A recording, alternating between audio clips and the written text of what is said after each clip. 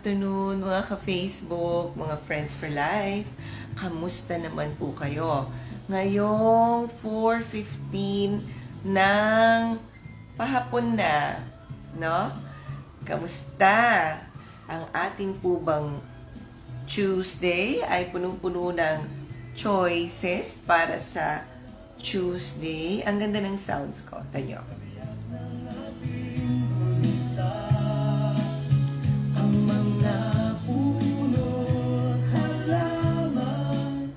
Yan, okay.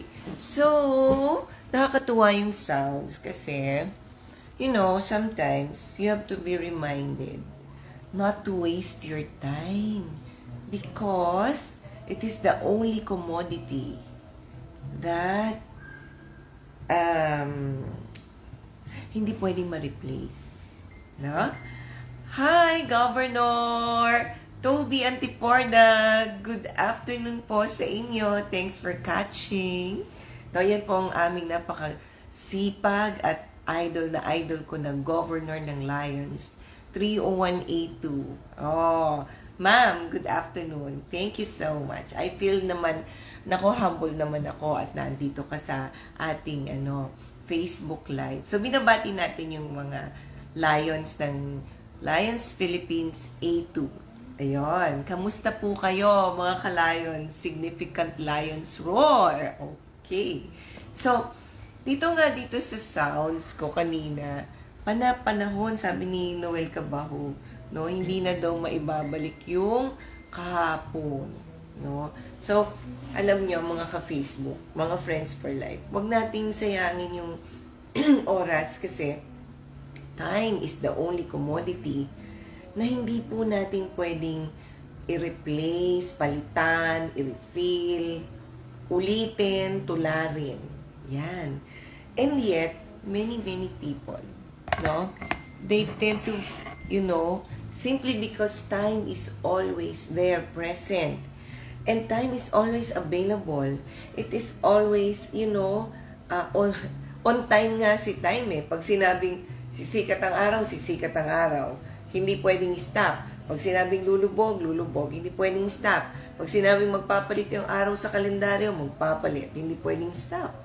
And since it is always there present, we fail to fully understand the importance of time. No?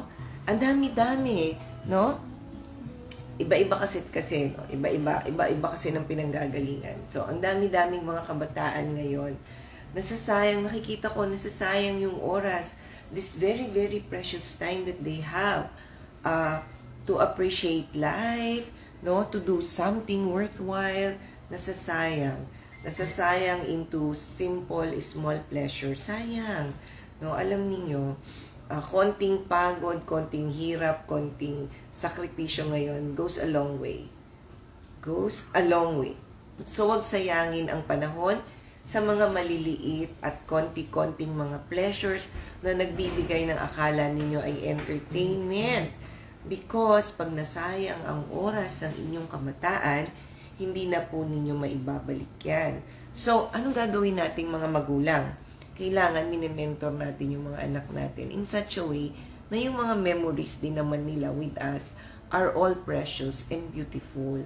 Kasi, minsan, ang mga magulang na rin ang nagiging dahilan kung bakit hindi precious yung moment na kine-create nila with their children. I do not want to judge because, first, I am not perfect.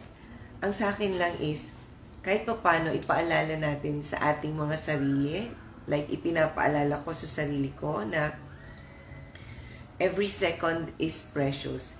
Hindi na natin pwedeng ibalik. So, as much as possible, in the best way possible, pag dumadaan ang mga bawat segundo na yan, gawin nating napaka saya at significant natin. Significant sa pagbibuild, hindi pagde-destroy. Significant sa love, hindi sa hate and anger. Significant sa contribution, hindi dun sa taking but giving. Anyway, mga Friends for Life, sabi nga ng Bible, sabi nga ni Charles Stanley dito sa ating favorite book, nabasa niya sa Bible at sinishare niya sa atin, kahit man lang yung ating oras ay i-google natin to encourage other people to do better, to improve, no? Yung encouraging alone has a reward. O imagine niyo yun. So, if we could encourage other people and help mentor them, coach them, build them up, how much more our children na kasama natin sa ating pagtanda. So, huwag natin silang kalimutan dito sa journey na ito. No? At sana we will always have the time to share with our children beautiful memories. Kasi end of day, yan lang ang naiiwan. No? Hindi napapalitan, naiiwan.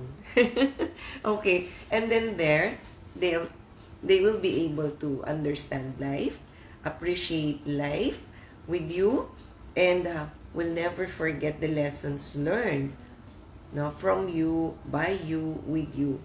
Because alam nyo, our children, sila talaga ang magko-continue ng ating legacy. Hindi lang yon. Pag na-continue nila yung legacy natin better than what we did, then, di siyempre, ang saya-saya na natin from heaven pag nakikita natin yun. Diba?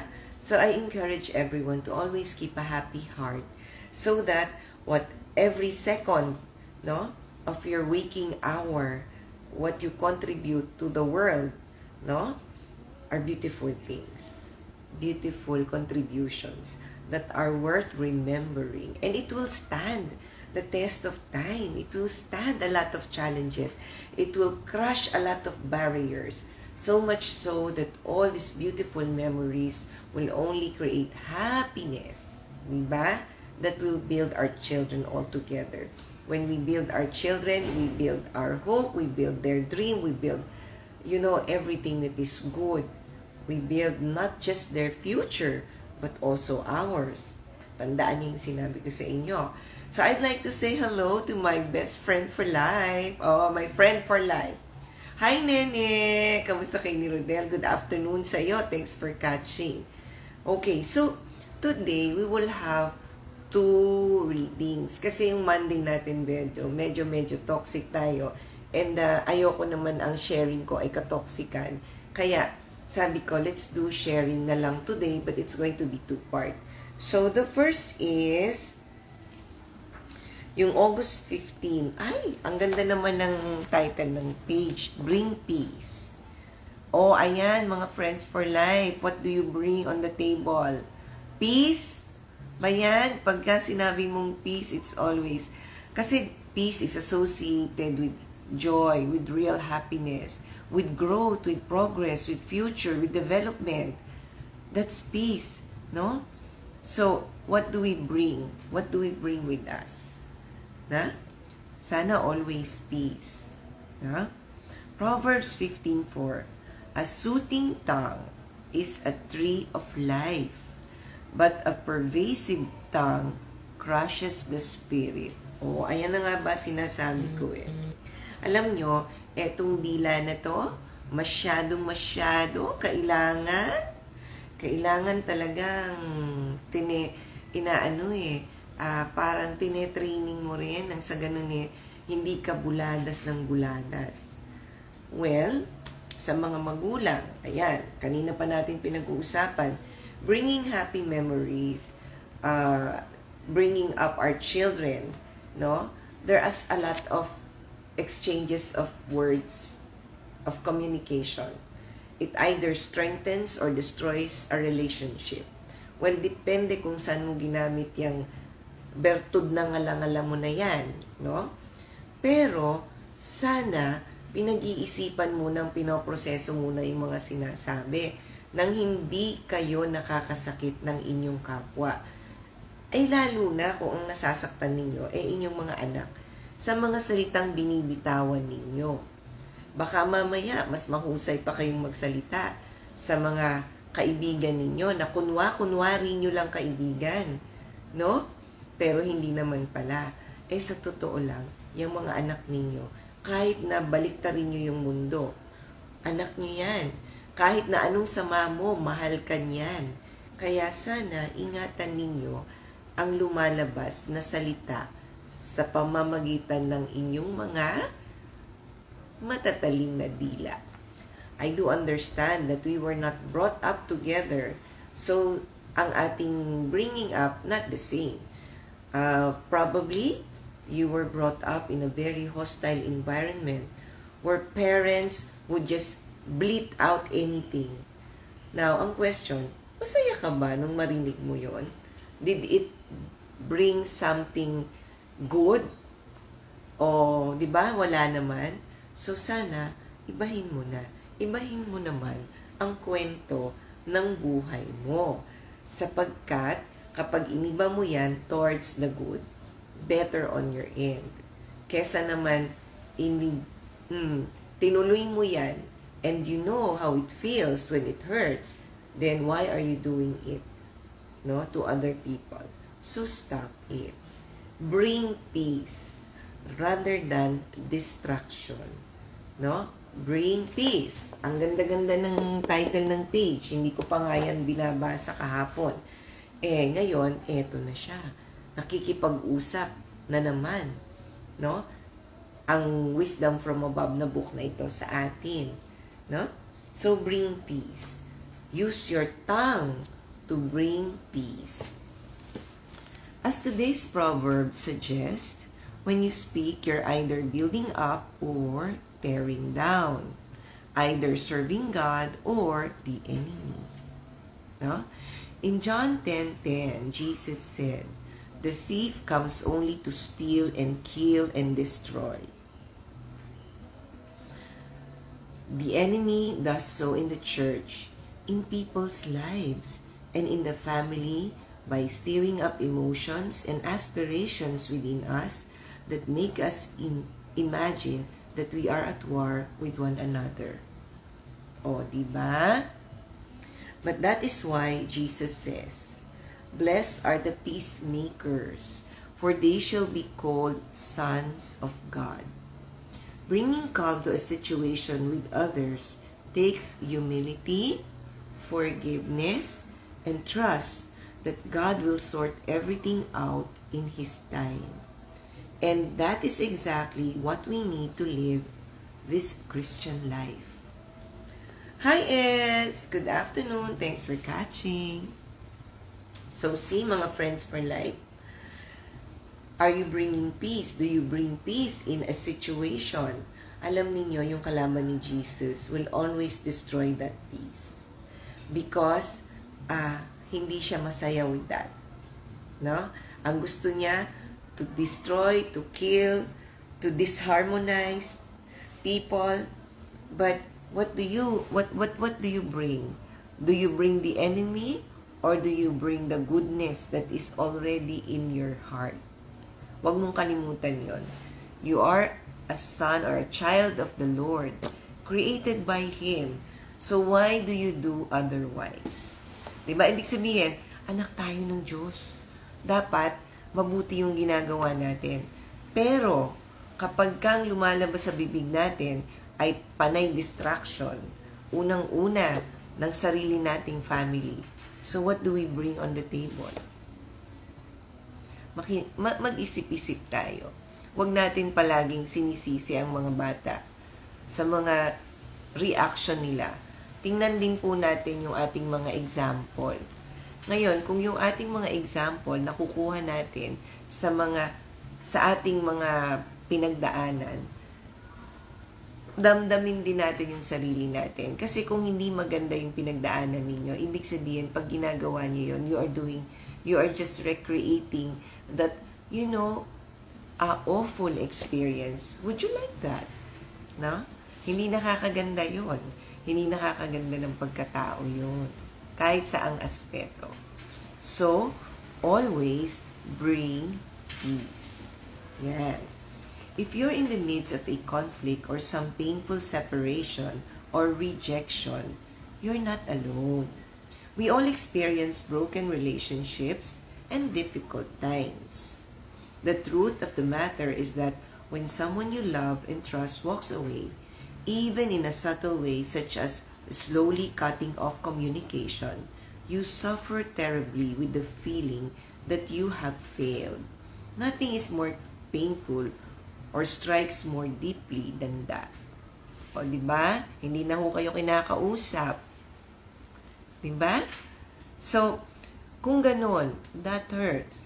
Ikaw, anong gagawin mo? Cold, ano ka na rin ba? Cold War.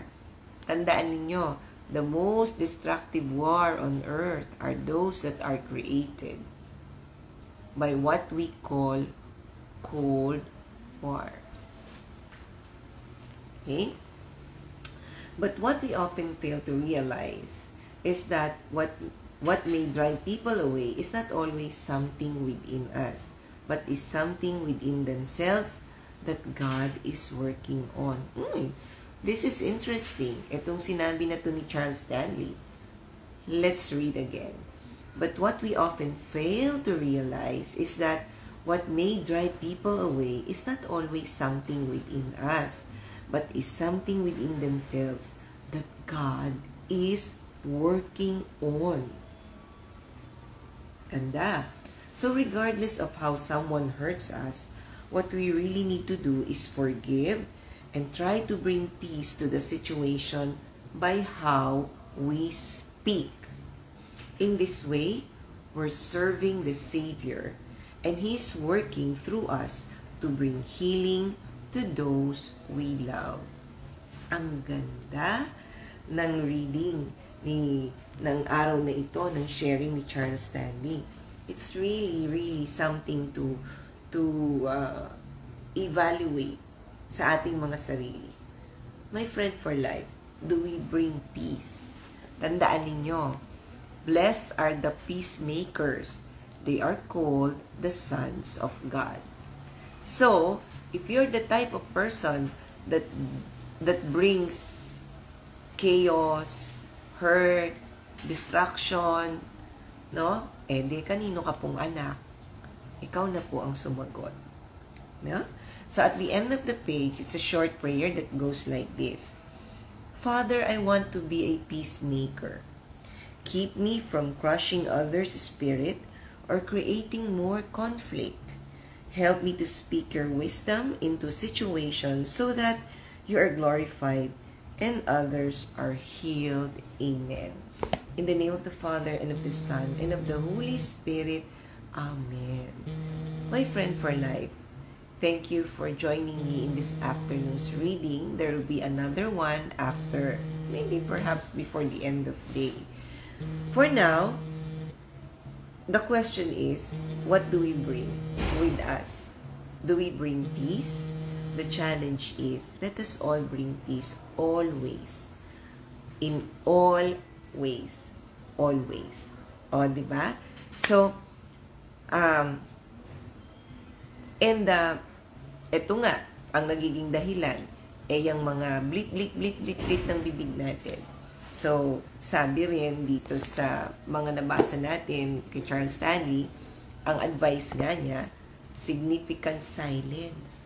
So, sometimes, it is important na hindi ka nalang magsalita. Kasi, binibigyan mo ng puwang ang pag-iisip. Now, kesa nagsasalita ka, nagdadasal ka na lang, and asking for the Holy Spirit, to join you. No, even at that very moment, when you ask, it will come. The Holy Spirit will come. And you will see, lilinaw ang mga bagay-bagay. Now, to the people who are erring, arguing, hurting, no? Pray for them. Maikli, pero napaka-powerful na prayer yung coming from the heart and asking for the Lord to aid you in this situation so that you will become a source of resolve or solution rather than an addition to the problem, because you also bleated out and it is no longer necessary. When things are said too much, please, if you are part of the conversation, keep your silence. It is always a very effective way, no? To create peace and understanding. So that's it mga ka-Facebook, mga ka-Friends for Life. See you again before the end of day for today. So, always remember, I love you all. Bye!